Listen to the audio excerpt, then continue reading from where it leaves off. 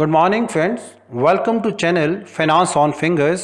आज का टॉपिक है पीपीएफ यानी पब्लिक प्रोविडेंट फंड। पीपीएफ क्या होता है, इसके क्या फ़ायदे हैं, क्या नुकसान है, क्या हमें पीपीएफ अकाउंट में इन्वेस्ट करना चाहिए।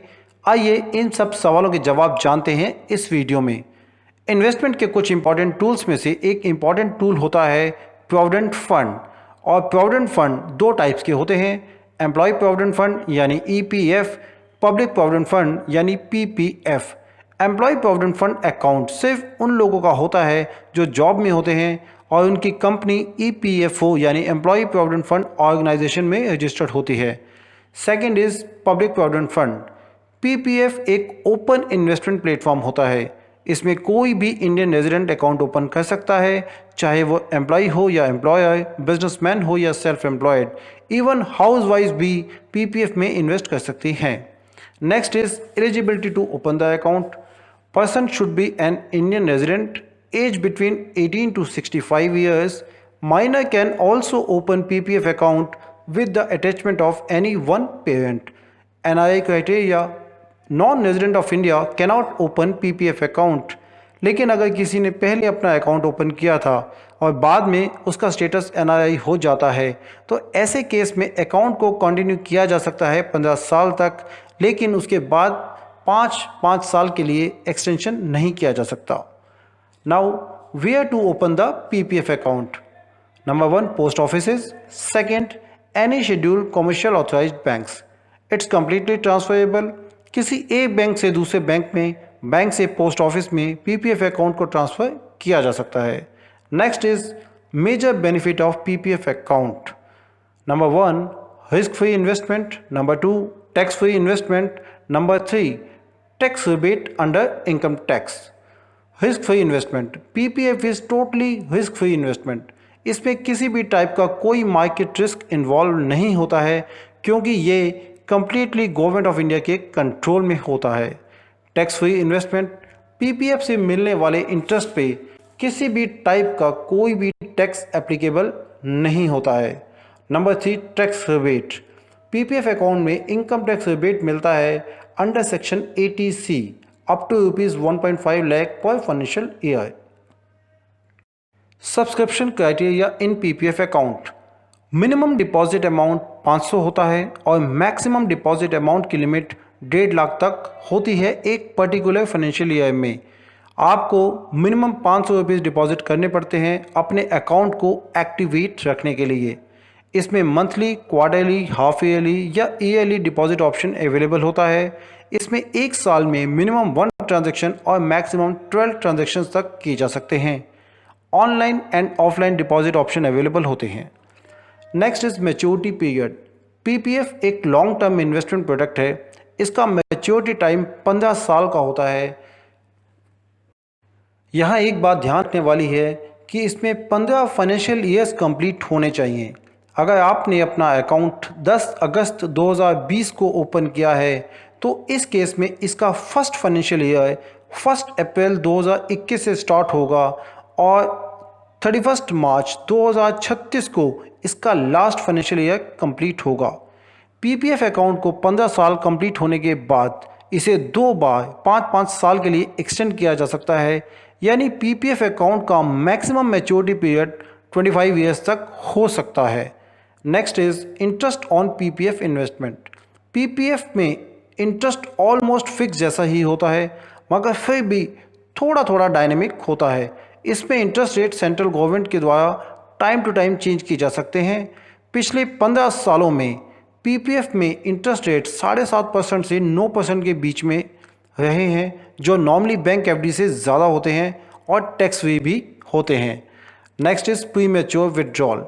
पीपीएफ में प्रीमेच्योर विड्रॉल के दो ऑप्शंस अवेलेबल होते हैं। Option number 1, after completion of 3rd financial year you are eligible to take loan on your principal investment only. इसमें इंटरेस्ट रेट नॉर्मली 2% ज़्यादा होता है उस इंटरेस्ट से जो इंटरेस्ट आपको पीपीएफ अकाउंट में मिल रहा होता है। ऑप्शन नंबर 2, पीपीएफ अकाउंट के 6 फाइनेंशियल ईयर कंप्लीट होने के बाद 7th फाइनेंशियल ईयर ऑनवर्ड्स आप पार्शियल विड्रॉ कर सकते हैं। Now next is pre mature closing of PPF account. किसी इमरजेंसी के केस में पीपीएफ अकाउंट में प्रीमेच्योर क्लोज का भी ऑप्शन होता है, लेकिन उसमें एक इम्पॉर्टेंट कंडीशन होती है। आपके अकाउंट को मिनिमम 5 फाइनेंशियल ईयर्स कंप्लीट होने चाहिए, यानी कि 5 साल कंप्लीट होने के बाद ही आप अपना पीपीएफ अकाउंट प्रीमेच्योर क्लोज कर सकते हैं। लेकिन उसमें भी 2 स्पेशल केस में ही आप अपने अकाउंट को क्लोज कर सकते हैं। Number 1, serious illness of self और any family member, and number 2, higher education of self और एनी फैमिली मेम्बर। इन 2 स्पेशल केस के अलावा पीपीएफ अकाउंट को प्रीमेच्योर क्लोज करने का कोई भी ऑप्शन अवेलेबल नहीं होता है as of today. Now next is most important feature of PPF account. PPF account can not be attached with any debt और लायबिलिटी, क्योंकि पीपीएफ अकाउंट का complete hold and management government of India के पास होता है और government ऐसा मानती है कि पीपीएफ अकाउंट आपके फ्यूचर के इंपॉर्टेंट गोल्स के लिए है, like education, marriage, retirement etcetera. ऐसे केस में अगर आपके ऊपर किसी भी तरह का कितना भी ज़्यादा लोन हो जाता है, किसी भी टाइप की लायबिलिटीज़ क्रिएट हो जाती हैं, तब भी आपके पीपीएफ अकाउंट को आपकी किसी भी डेट या लायबिलिटी के साथ अटैच नहीं किया जा सकता है। इवन कोर्ट के पास भी ये ऑर्डर्स नहीं होते, ये राइट्स नहीं होते कि वो आपका लोन चुकाने के लिए आपको अपना पीपीएफ अकाउंट से पैसा विड्रॉ करने को कहे। इवन आपकी बैंकरप्सी के केस में भी आपके पीपीएफ अकाउंट से विड्रॉ करने की परमिशन नहीं होती है। Now next is in the case of inactive accounts. अगर किसी वजह से आपका पीपीएफ अकाउंट इनएक्टिव स्टेटस में चला जाता है तो इसको एक्टिव करना भी क्वाइट सिंपल होता है। आपको सिर्फ अपने मिसिंग ईयर्स का बैलेंस अमाउंट पे करना होगा विद मिनिमम पेनल्टी और आपका अकाउंट फिर से एक्टिवेट हो जाएगा।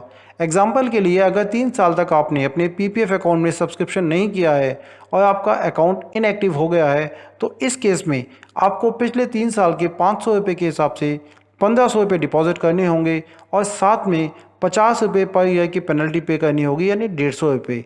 तो टोटल 1650 रुपये डिपॉजिट करके आप अपना पीपीएफ अकाउंट फिर से एक्टिव स्टेटस में कन्वर्ट कर सकते हैं। Now next is how to open PPF account.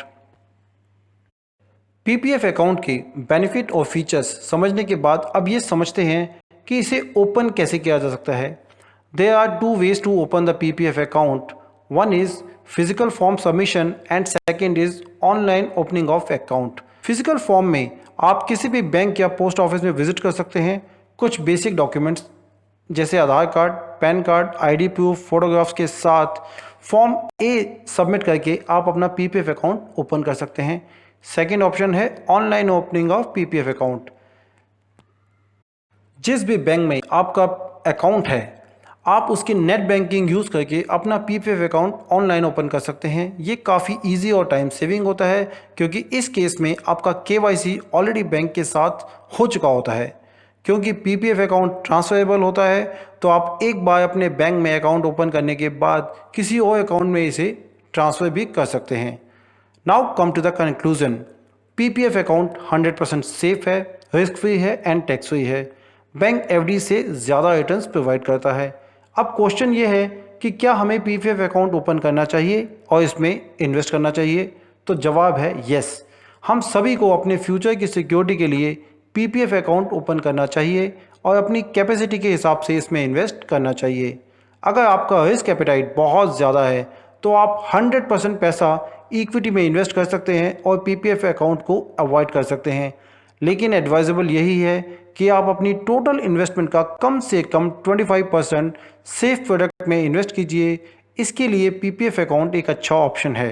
Last में सबसे इम्पॉर्टेंट बात, क्योंकि ये अकाउंट अपने और फैमिली के फ्यूचर की सिक्योरिटी के लिए होता है, तो इस अकाउंट को विदाउट नॉमिनेशन नहीं ओपन करना चाहिए। अकाउंट ओपनिंग के टाइम ही आपको अपने नॉमिनी को ऐड करना चाहिए। आई होप दोस्तों कि पीपीएफ अकाउंट से रिलेटेड ये इन्फॉर्मेशन आपके बहुत काम आने वाली है। अगर पीपीएफ से रिलेटेड कोई भी सवाल या डाउट आपके पास है तो मुझे financeonfingers@gmail.com पे मेल कर सकते हैं। लास्ट में इसी उम्मीद के साथ इस वीडियो को वाइंड अप करता हूं कि अब तक आपने इस चैनल को सब्सक्राइब कर दिया होगा और अगर नहीं किया है तो अभी इसी वक्त चैनल सब्सक्राइब कीजिए। जेन्युइन इन्फॉर्मेशन के लिए जुड़े रहिए फाइनेंस ऑन फिंगर्स के साथ। Good bye.